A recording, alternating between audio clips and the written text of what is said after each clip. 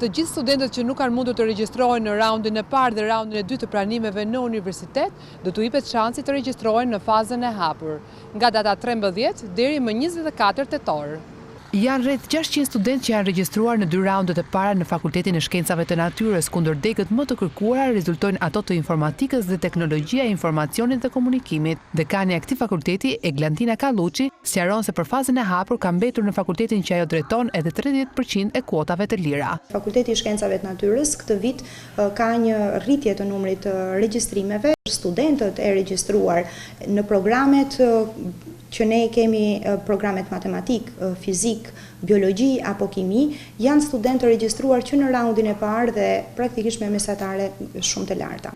Për shkak të riorganizimit të programeve të fizikës dhe kimisë në fizikë kompjuterike dhe kimi farmaceutike, konfirmohet dhe një rritje e kërkesave nga të rinjt në këtë deg.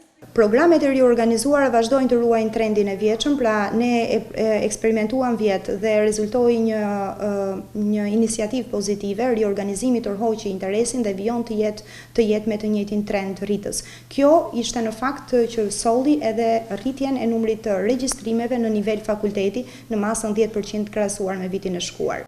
Kërkesat e këtij viti do të ndikojnë në përcaktimin e atyre programeve që kërkojnë ndërhyrje për riorganizim në vitin e ardhshëm. Vitin që vjen ne do jemi duke riorganizuar programet bachelor matematik dhe gjithashtu do të riorganizohen programet master.